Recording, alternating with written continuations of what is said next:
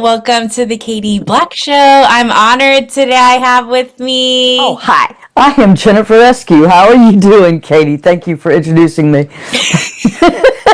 Thank you, Jennifer. Wish I was here in that moment. It's all good. It's organic. But yes, I'm so excited to have Jennifer. So I have been doing a season where I've been talking to first responders, and I have an episode probably a couple years back talked to someone that worked at the LAPD, but you are my first female law enforcement officer. Okay, well, that's good. Wow, all right. Yeah, so this is like super cool for me. But before we get into everything, I always ask guests, where did they grow up? Where were they born?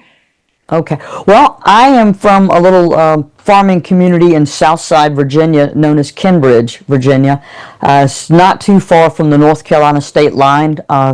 Interstate 85, then just kind of get off there in Virginia when you're going, if you're traveling up north, and as soon as you can, get off the interstate, and then wander through the country for about 25 miles, and you'll find Kenbridge, and it's a still small, still rural, still a farming community, but it's where I grew up, and I loved it, and I've got a lot of family still in the region.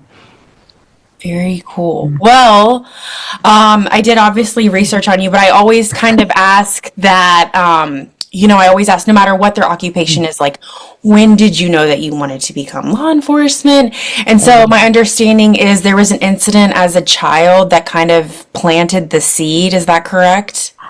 I think so. I tell people that I don't know. When you're 6, what do you really know? Mm-hmm. But when I was 6, first off, it's a rural community, so we didn't really have any real, as I call it, when you're 6 years old, good guys, bad guys. We didn't really have a lot of bad guys running around. Right. So we had a town police chief and a police officer. That was it.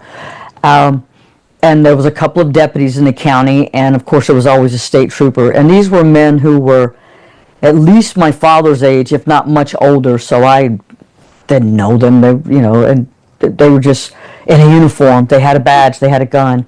But it wasn't anything like that. My sister was younger than me. She was 3 at the time. And my mom, they went shopping with 3 of our neighbor friends, Helen and Nettie and Trudy, because they all liked to sew. They were really big into sewing back then, or my mom, her whole life.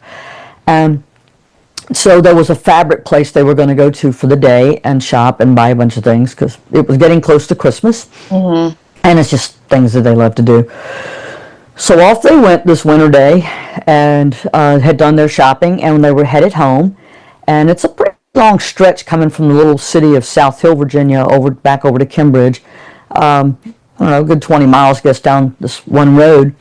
And as they were traveling back, they saw a wrecked police car over in a field, and a man standing outside of the car waving his arms at them. And he had guns with him, but they thought, okay, police officers wrecked his car, this is terrible. So of course they pull over. And some of this I remember from hearing the adults talk about it when I was little, but other parts of it is what I read in the newspaper media, actually just a few years ago when I sat down and took time to read it, when my mom, when she passed, we were able to go through a lot of her things, and that's where I saw it. And anyhow, when they pulled over to offer assistance, it's cold, they've got their windows up, the car is running, and here's this guy coming up, apparently breathless and trying to, get their attention. He's holding a pistol, he's holding a shotgun, and he's yelling something to them, and the lady who's right there closest to him, Miss Nettie, she didn't hear exactly apparently what he was saying, and the man got really frustrated very quickly, and he just started shooting at them.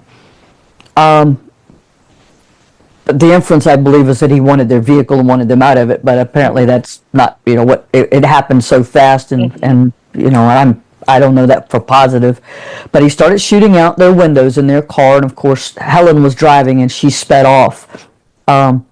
Nettie was shot in the chest during this, through one side and through the other. She slumped over in Helen's lap.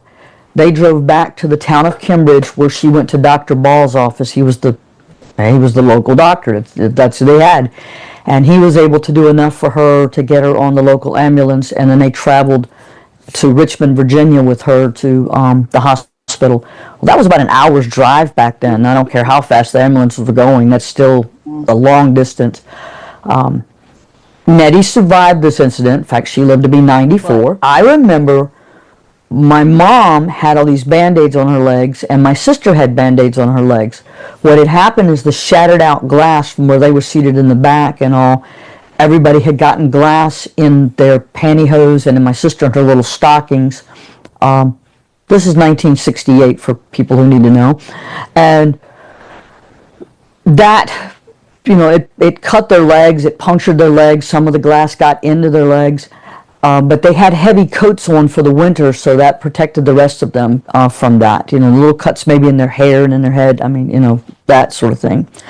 The biggest thing I remember was wanting to go get the bad guy, to protect them.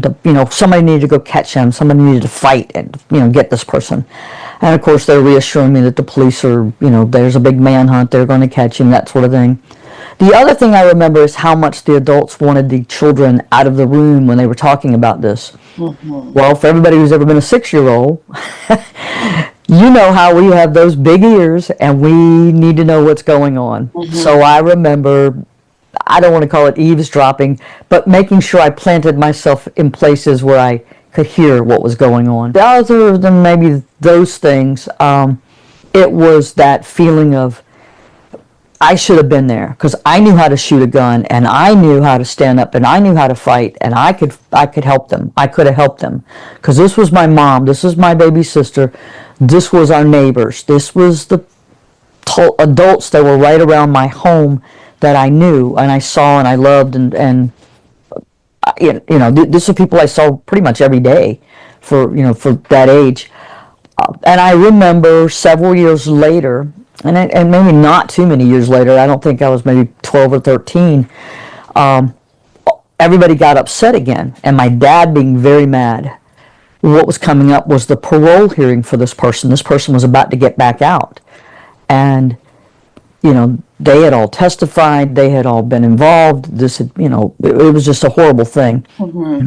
What it turned out was he had been a convicted criminal who had escaped. The police had him. He was able to escape from police custody. He took their car and he took their guns. And that's how my family encountered him that day in 1968. And so he had a long history already. And of course, this was making everybody mad. So I remember hearing my uncles and all talk then. And, they didn't like what was happening. They didn't believe that he needed to be out of jail or even up for parole. Right. And I remember the adult women, Nettie and all, being upset because this person who had almost killed her was about to be out again, and would he come back, sort of thinking. But so I think that's where the sparks started. Mm-hmm. And I remember at 18 thinking I wanted to go into law enforcement, and then I said, well, they don't hire women. That's on TV. I just didn't see, I hadn't seen any female police officers in 1979, 1980, that time period. And so I didn't know that there were, for real, other than television. And even when I went off to college, I went to Old Dominion in Norfolk. I never saw any female law enforcement. Of course, I never really had much dealing with law enforcement. I saw a couple of campus police officers. That really, you just didn't see females. And 1986 arrives. And I've already got my degree, I've gotten out, I've worked at it, and all I can think about is going in law enforcement. It's just something I really want to do. A lot more TV and movies, I guess. And I still really had not seen any females to talk to, wouldn't have known what to really say to them anyway, other than to just verify that, oh yeah, they actually do hire them. Right. So I went to my dad and had a conversation with him, and because I was my dad's shadow. Everywhere he went, I was.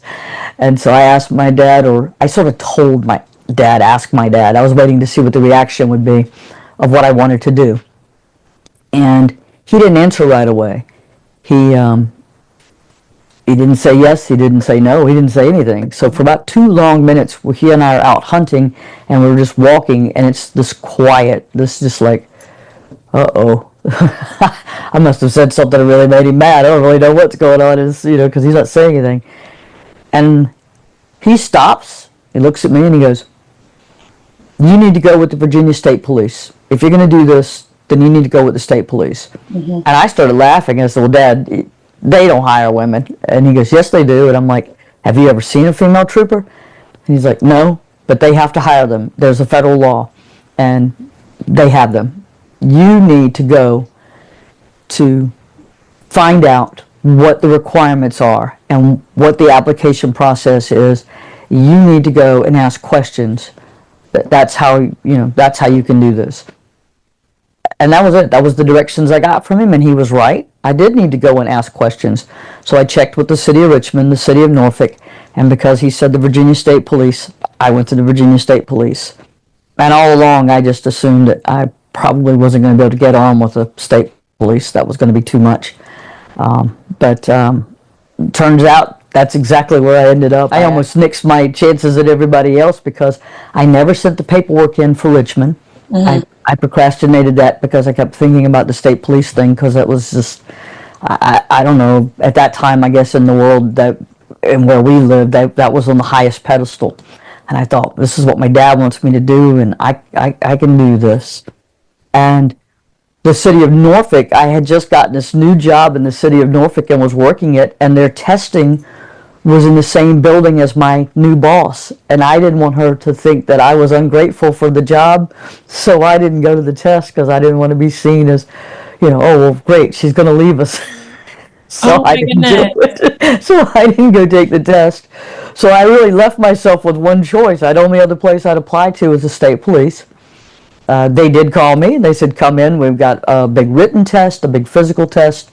So it's going to be all day. So be prepared. Come to Richmond. Come to our headquarters. I got there. There was maybe 80 people testing. I'm guessing about 80. We're over at their gym. We do this written test. I think there's some psychological stuff maybe in it. Couldn't have been much. There wasn't too much math, and that was good for me because I'm not a math person at all. Same. It's like, okay, if the speed limit is 55 and somebody is doing 69, how many miles per hour is that over the limit? I was like, oh, easy math. Because if it was anything complicated, I'd have been done. So, did all the testing, did everything. The physical fitness stuff was so easy. I was very much into working out back then and doing a lot of things. So all of that just came easy. And then it was the whole background process. And next thing you know, I was at the academy. Very cool. That's a really cool, very cool story. And so to kind of let it sink in, what year was this again? Let's see, I think I actually missed the date back there. When I asked my dad about everything, it was late December 1984. By the time I applied, it would have been, April of 1985. All of that stuff, the physical and written test was in August. They started the background in November, and I was sworn in on January the 16th of 1986. So it went right along once it got going, and you're constantly like, I wonder how long it's going to take. The next thing you know, it's like there. It's like it's happening. Yeah. And, well, it sounds like and I mean, I kind of knew this, but it sounds like you're getting admitted to university. Like there's a lot of process and steps. And I ask about the time frame just because I'm obsessed with different generations, and I'm a late 80s baby, so I'm very fixated. I am more, I don't know, I have something with the 80s. I don't know if I'm just infatuated. 80s baby. Yeah. We had good music in the 80s. We had good music in the 70s, but we had good music in the 80s. I mean, that was when I was going, I think clubbing. I don't even know if that's is a word used anymore. Oh, absolutely. But anyway, Absolutely. But yeah, I mean, because that was my college years, and So you just go from there, and that's when we were going to concerts. Was all through the '80s and then Right. early '90s. That's when I actually had a little bit of money in my pocket and I could afford to go to a concert. But yeah, I can't afford the concerts today. Oh my God. Well, who can? I Who have to wait for can? bands from my generation to, they're still trying to play. They're older than me and they're still trying to play music and be able to go see them someplace because now they're affordable. Uh, Yeah, I know. They're just my sister, real quick. My sister and I have decided like you got to go to festivals instead of where it's a bunch yeah, of people, it so you is. kind of get the bang for your buck. Once you're accepted and in, how were you treated like as a female? Well, the first day, to start off with, when I got to the state police and they were letting me know I was going to be getting hired, well, in that process, I had to deal with this much older gentleman who was a lieutenant. And when we got up to the headquarters there, and this was late December of '85, just before they actually hired me, and we get there, he immediately sends us over to it was me and five guys that showed up, and he sends the six of us over to the contracted department doctor. We've got to get medical. So we all go over there, jump on the scales. Well, I was very, very fit, but it was showing, I don't know, on his scales I was a couple of pounds more than what I should be, or whatever. And I didn't really think it was a big deal because I, you know, I was very fit. I was super fit actually back then. And so we get back over and he takes the five guys pretty much and whatever, and I get separated out. We're standing in a hallway, and this is one of those old hallways where everything echoes off the walls and the floors because everything is tile, and it's Right. it's got that institutional type of feel. Yeah. Yeah, and so he's like, "You're too fat." There's no word about fat shaming in the day. It's just like, you're too fat. You need to go over to see Nurse Lynn. Now the state police had a nurse, and you go to her, and that was it. And he gave me these really basic instructions. I don't know where I am on the state police grounds on their. I have no idea. So I'm just driving around and trying to Oh find my this building. God. I get there. It's the academy building. I got to go down to the far end of the hallway, down to the far west end, to the very last little office at the end of the hallway.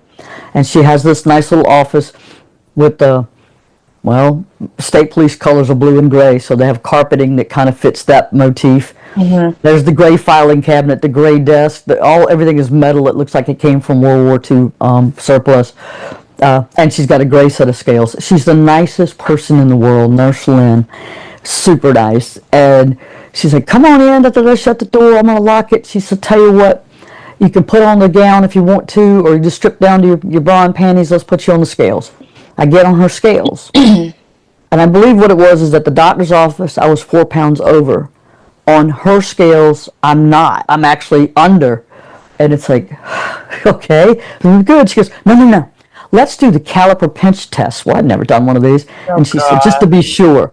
So they have the little plastic little pincher thingies, whatever. So she does all of this, and she goes, "You're all muscle." She goes, "You're totally all muscle." She goes, "You're fit. Don't worry about a thing."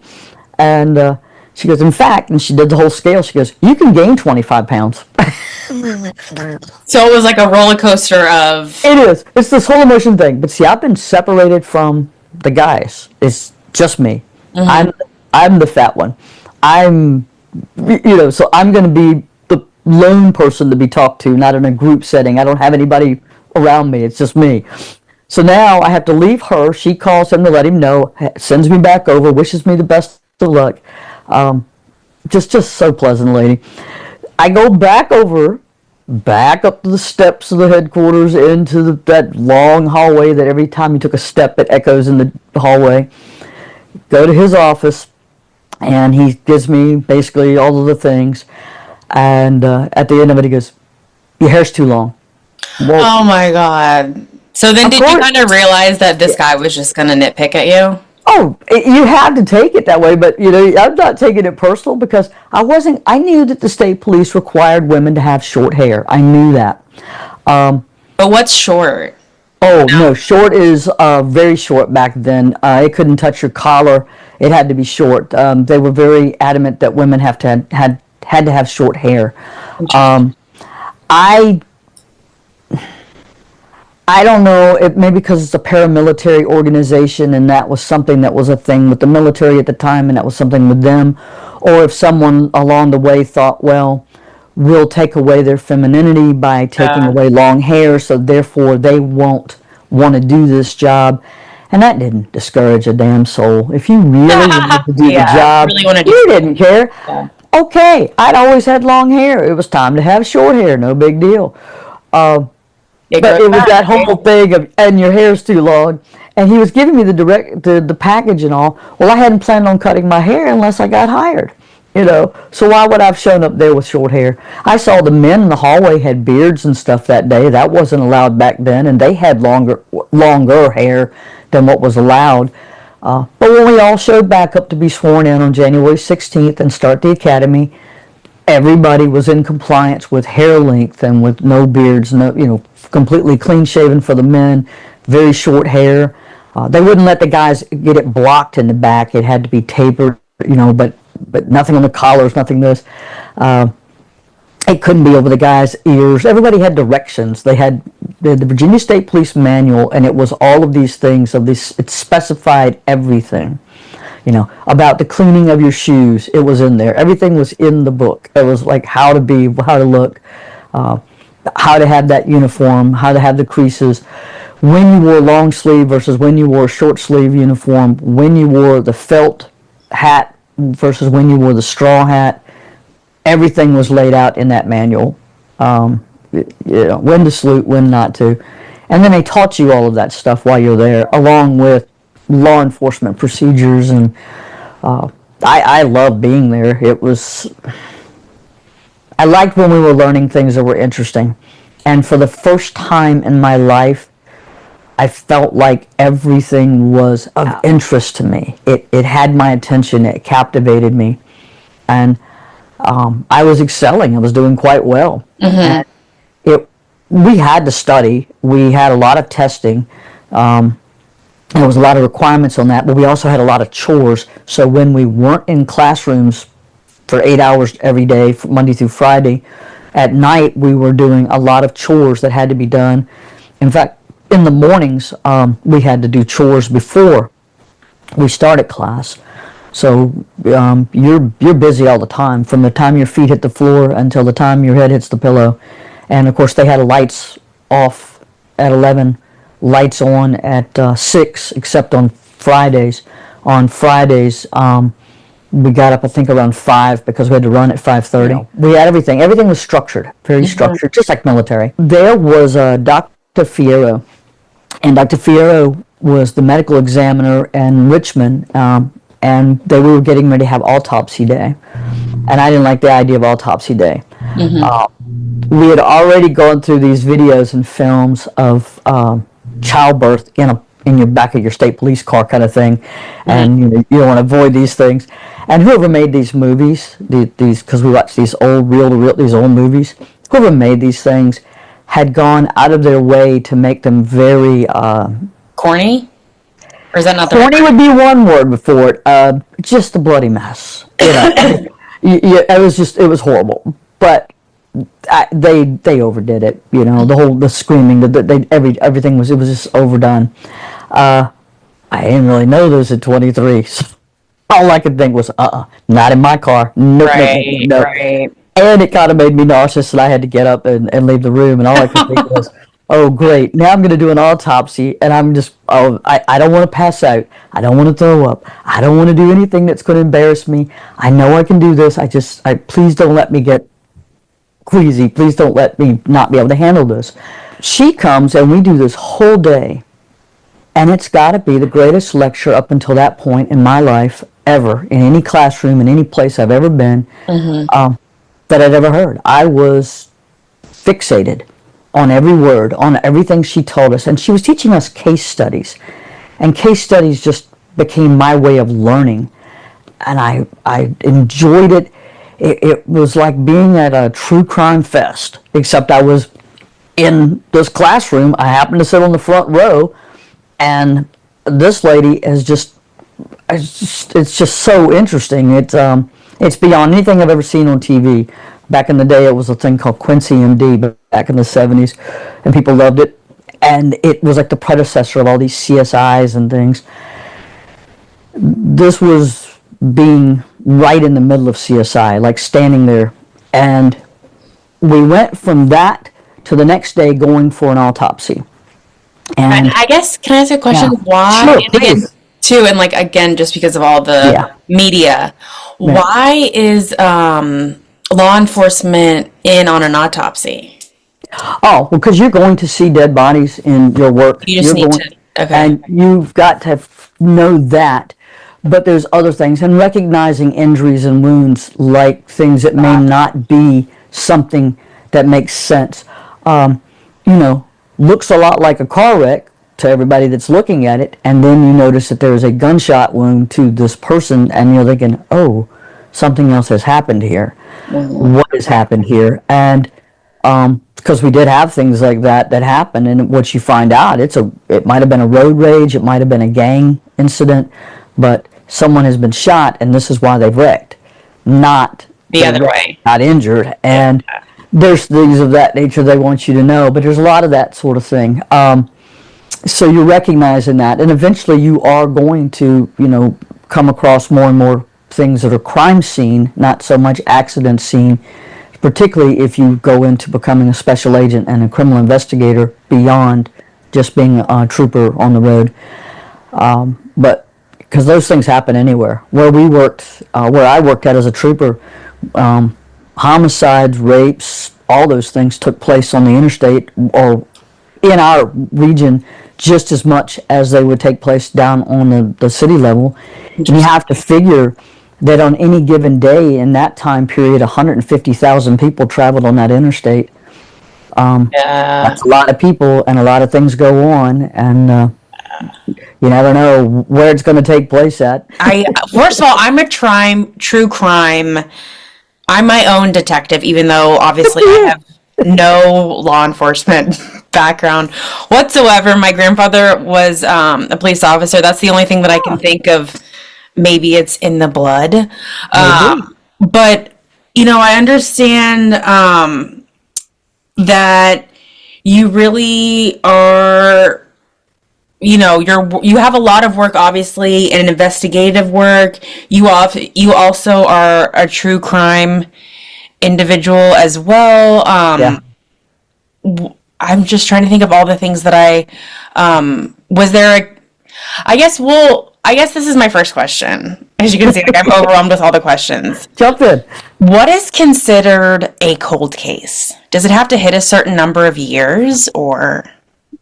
When the leads play out, when you just don't have no more evidence is coming in, no more, everything has been run down. They've, you know, maybe they've got DNA, but they just keep coming up with blanks. And no matter where they test it at, it's just they're not getting any more. Maybe they haven't been able to recover DNA because maybe the science isn't on that level yet, you know, or, you know, maybe the scene was too destroyed before they ever had a chance to even try to recover DNA, so you can't just rely on just DNA. But all of the witnesses have been talked to and talked to and talked to. All of the attempts to put out an award or to get a tip line call have run out. You're just getting nothing. You're there. All of the video evidence, if there was any, has been run, and it's nothing. There's no more leads coming in. There's no more any information coming in, and you're trying. You're looking for more. I know people who have gone back as investigators to the scenes over and over and over. They'll go back at the same time of night when an incident took place. I have one friend, he great investigator, spent 50 years in law enforcement, caught a serial killer several years ago, done a lot of great work. But he tells me that he would go back to the scene every night before he caught the serial killer, and he would talk to the victim, just wanting them to tell him something, to give him something, to anything, to make sure he was on the right track. Was he doing enough? And, to imagine him out there at 2 or 3 o'clock in the morning, standing at this place and just wanting something, anything, to just happen, to make it happen. I don't know. You maybe look at that. Maybe it was his way of talking to God, or maybe he thought that there's a possibility. There's angels out there, and maybe the angel will point you in the right direction. But he was open to anything, and sure enough, one fingerprint came up in their evidence, and in that one fingerprint, no matter all the databases, nothing came back. And so he said, I'm going to start calling states all around. And this incident took place in Virginia. And I'm going to ask them to go through manually. And they did. And it worked. That's amazing. They matched somebody. And they turned out, they ended up with all the evidence they needed. And they did catch the interstate killer because of him, because of that. Wow. And That's really cool. So it's things like that. You said I'm a true crime person. Yeah, because I wrote a true crime memoir. All the stuff that's on the wall behind me back here, and I'm gonna show you my book because But Becoming Fire. This is it. This is what I wrote, and Jennifer Very Clarke. cool. Very cool photo. That is me, and I'm going to CrimeCon. I've been accepted as I applied and got accepted as an exhibitor, so I'll be in Las Vegas the last 3 days of May. So if you happen to be in Vegas, please drop by and talk to me because I don't want to be standing there by myself. That would look so sad. I'm really thrilled to get to do that. Joe Kenda, I don't know if you know him from ID Channel, but Homicide Hunter. But Joe Kenda wrote the foreword for my book. Really kind of him to do that for me. That's awesome. Yeah, so I'm thrilled. And so my listeners, like I said, we've got 4 minutes left. As I usually do, I'm going to go till we cut off. But just like a wink, wink, I am going to circle back around with Jennifer probably as many times as she'll let me. Just because I have like so many questions. Very cool. And I will plug your book too in the description of this episode. Sure. But I do, going back to the 80s, the time frame that you started. Again, my understanding of 80s, early 90s was children on milk cartons, missing children. Yes, very much. We had children on the milk cartons, the kids on the milk cartons. Do you believe that helped? I think it kept them in the public eye. Now, did somebody walk around with milk cartons and go, let me see if I can find this kid on a milk carton? No, but it kept it in the public eye. And if someone happened to see somebody, then maybe it stirred another lead. Might be a dead end, because a lot of leads are dead ends in any criminal investigation.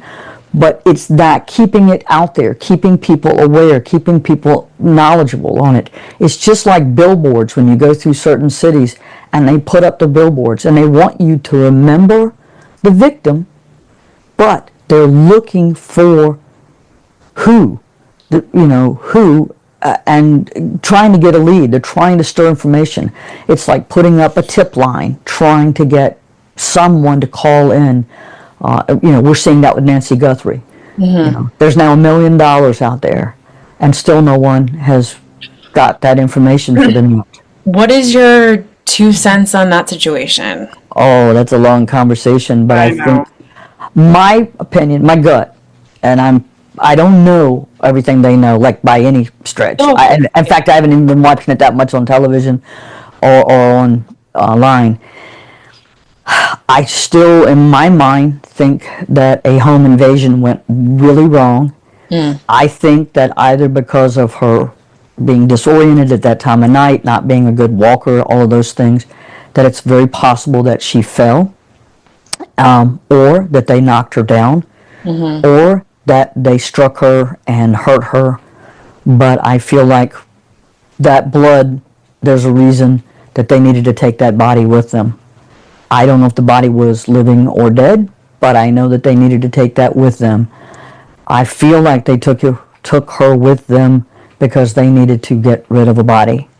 I think homicide is what we have, but it may not have been the initial intention. I think they looked at a very nice home in a very nice neighborhood with one elderly female living alone, and had a chance to see that as an easy target to break in and get jewelry and money and all these things that apparently really wasn't in the home, not to the level that maybe somebody imagined.